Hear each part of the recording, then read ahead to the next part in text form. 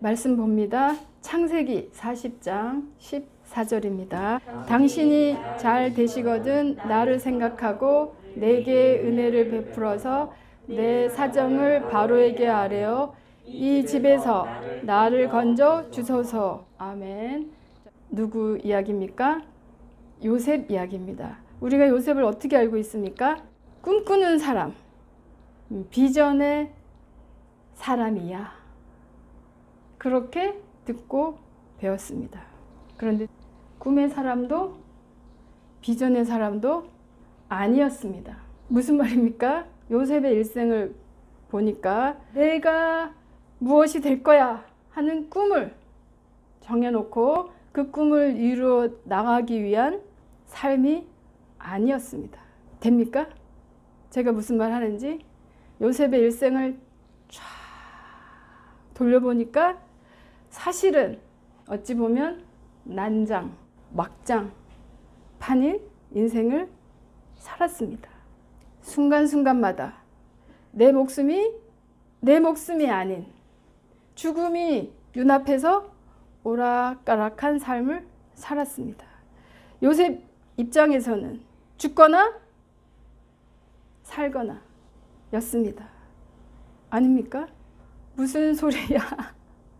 오직 그 요셉 옆에 하나님 한 분이 함께 하셨을 뿐이었습니다.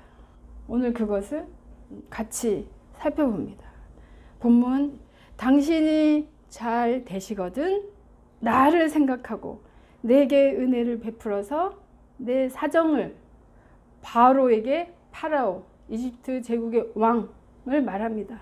아뢰어서 이 집에서 나를 건져 주소서. 어떤 분위기 같습니까? 지금 어디에서 일어난 일입니까? 네, 감옥 안에서 일어난 일입니다. 듣기만 해도 답답하지 않습니까? 이 당신은 누구입니까? 이 집에서 나를 건져주세요. 이 집에서 나를 나가게 해주세요. 제발 여기서 나를 빼내주세요. 40장 1절 봅니다. 그 후에 애굽 왕의 술 맡은 자와 떡 굽는 자가 그 주 애굽 왕에게 범죄한지라. 왕의 술 담당, 왕의 식사, 떡 담당하는 자들입니다. 왕의 목숨과 직결되는 일을 담당하는 자들입니다. 그런데 이들이 왕에게 죄를 지어서 감옥에 갇히는 신세가 된 겁니다. 요셉이 이미 그곳에 들어있어서 또한 이들을 수종 들며 살고 있었습니다. 요셉은 왜 감옥에 있습니까? 39장 4절 봅니다. 누명을 썼습니다. 어떻게 해요? 요셉이 시위 대장 보디발의 집으로 노예로 팔려갑니다. 그리고 그 집에서 일을 하다가 시위 대장 부인의 누명을 받아 감옥에 들어간 겁니다. 그런데 요셉에게는 이런 일도 처음은 아닙니다. 언제부터 이렇게 누명 쓰고 내가 한 것과랑 상관없는 이유를 알 수 없는 억울한 일이 인생에서 반복되고 있었습니다. 그 이전에는 어떤 억울한 일이 있었습니까? 네, 형제들에게 생명을 구걸해야 되는 지경에까지 간 요셉입니다. 다른 사람들이 아니라 내 형제들이 나를 사막을 횡단하여 이집트 제국으로 들어가는 대상들에게 노예로 팔은 그런 경험을 한 요셉입니다. 심정이 어떻겠습니까? 억울한 요셉입니다. 어디에다가 하소연할 것도 없습니다. 말도 안 통하고 문화도 안 통하고 내가 누군지 아는 사람이 한 사람도 없는, 누구한테 도움을 청하며 누구한테 하소연을 하고 살겠습니까? 창세기 42장 21절 시작. 그가 우리의 일로 말미암아 범죄하였도다. 그가 우리에게 애걸할 때 그 마음의 괴로움을 보고도 듣지 아니하였으므로 이 우리에게 임하도다. 네, 생명을 구걸해야 하는. 살려주세요. 살려주세요. 나를 넘기지 마세요. 네, 혈육 형제들에게 구걸해야 했습니다. 형들이 요셉을 팔아버렸습니다. 얼마나 놀랐겠습니까? 얼마나 비참했겠습니까? 설마 형들이 나 혼내주려고 좀 혼내준 다음에 나를 부르겠지, 나를 데려가겠지. 그런데 결국에는 이집트 제국의 노예로 전락하는 억울함의 연속이 일어나게 됩니다. 잠깐 우리도 한번 생각해 봅니다. 살면서 이런 경우 겪어본 순간 있습니까? 억울한 일을 당해본 적 있습니까? 날마다 억울해요. 내가 한 것도 아닌데 날마다 나 불려가서 혼나요. 이러고 사십니까? 아니면 답답해서 어디다가 하소연할 데 없어서 벽만 쳐다보고 한잔 해야 되겠어. 한 대 해야 되겠어. 내가 죽을 것 같아. 몇 번이나 경험하다가 죽었다 살았다 기절했다 까무러쳤다. 지금 이 자리에 있습니까? 아니면 잘 달리다가 넘어지셨습니까? 한 발 한 발 차근차근 잘 쌓아가다가 무너졌습니까? 다 괜찮습니다. 넘어져서 이곳에 계십니까? 제 이야기 하는 겁니다. 너무 답답해하지 마시고 슬퍼하지 마시고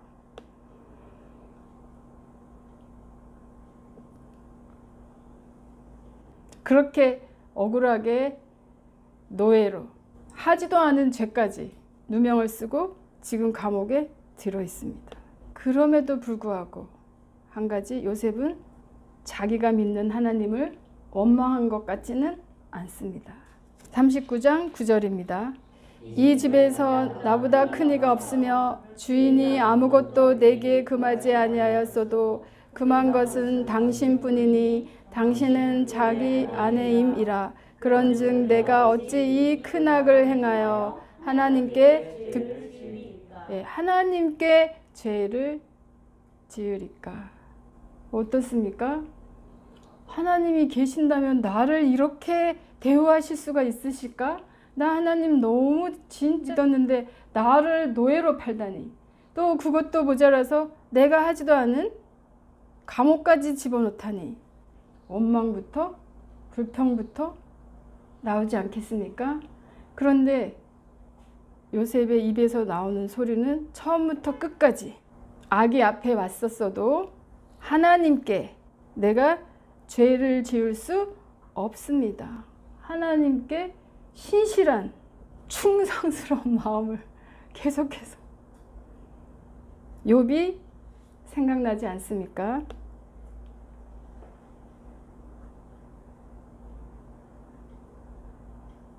자, 그랬던 요셉입니다.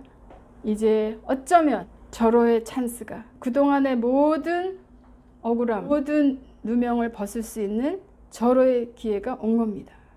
술 맡은 자들, 떡 맡은 자들, 이들은 반드시 왕 앞에 쓸 것입니다.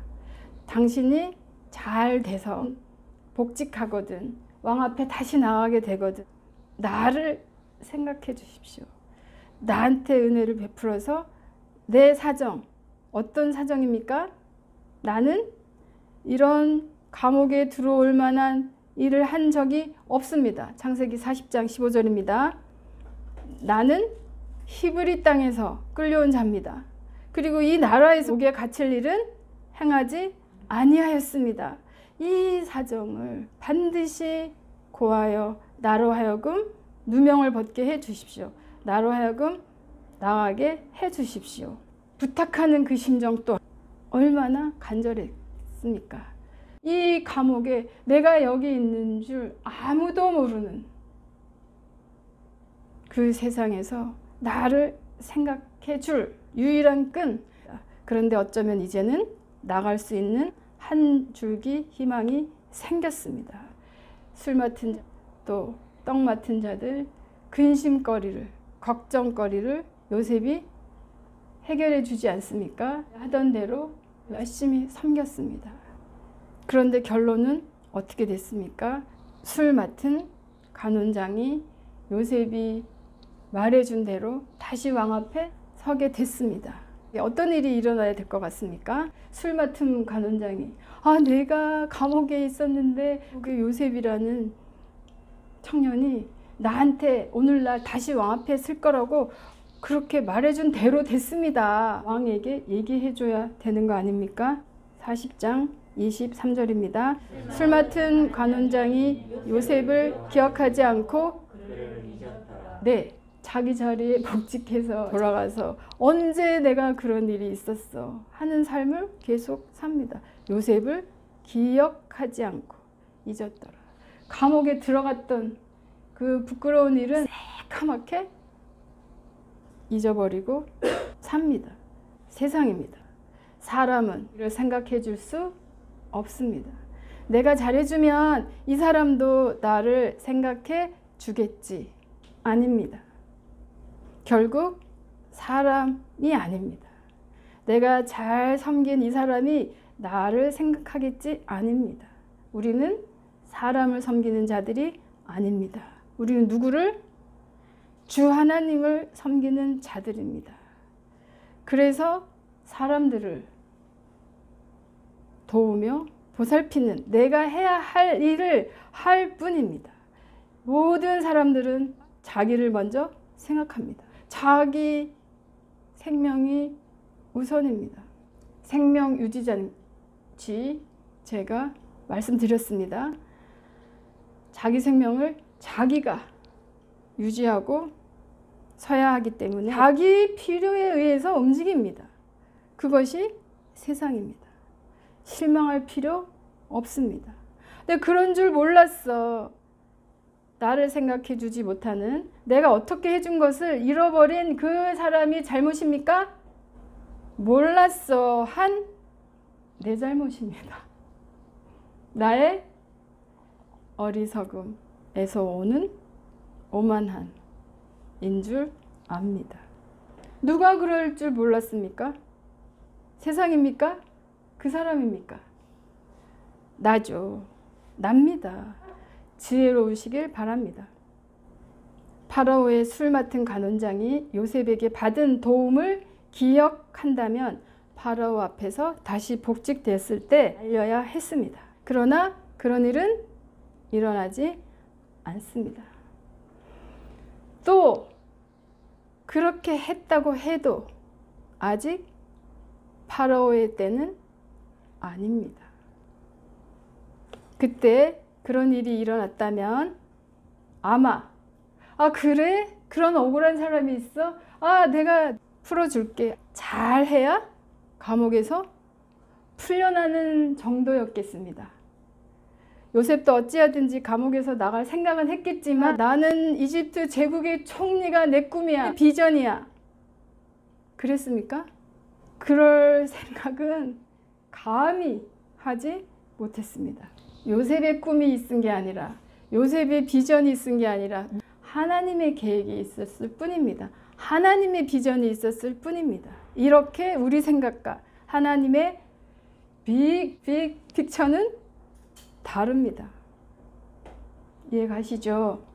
파라오가 복직된 신하 말을 듣고 그래, 그런 사람이 감옥에 있단 말이지. 그런 이유로 제국의 총리로 삼았을까요? 아닙니다. 그래서 아직 아닙니다. 내 생각으로는 다 된 것 같아도 하나님의 때는 아닙니다. 하나님을 믿고 끝까지 하던 일을 계속 하십시오. 실력을 쌓으십시오. 그 일의 최고가 되십시오. 필요할 때 생각나는 사람이 되십시오. 왜 나 몰라주는 거야? 왜 나는 아직 아니야? 실망하지 마십시오. 모든 일에 하나님의 때가 있습니다. 온 세상을 경영해 나가는 주님의 큰 그림이 있다는 것 믿읍시다. 하나님 앞에서 사는 우리들입니다. 왕을 섬기는 우리들입니다. 갈라디아 6장 9절입니다. 우리가 선을 행하되 낙심하지 말지니 피곤하지 아니하면 때가 이름에 거두리라. 네, 우리의 초점은 내가 억울해서 감옥에 들어갔어. 내가 목숨을 구걸하는 처지가 돼야 했어. 우리 형제들이 나를 팔아 넘겼어. 그것이 아닙니다.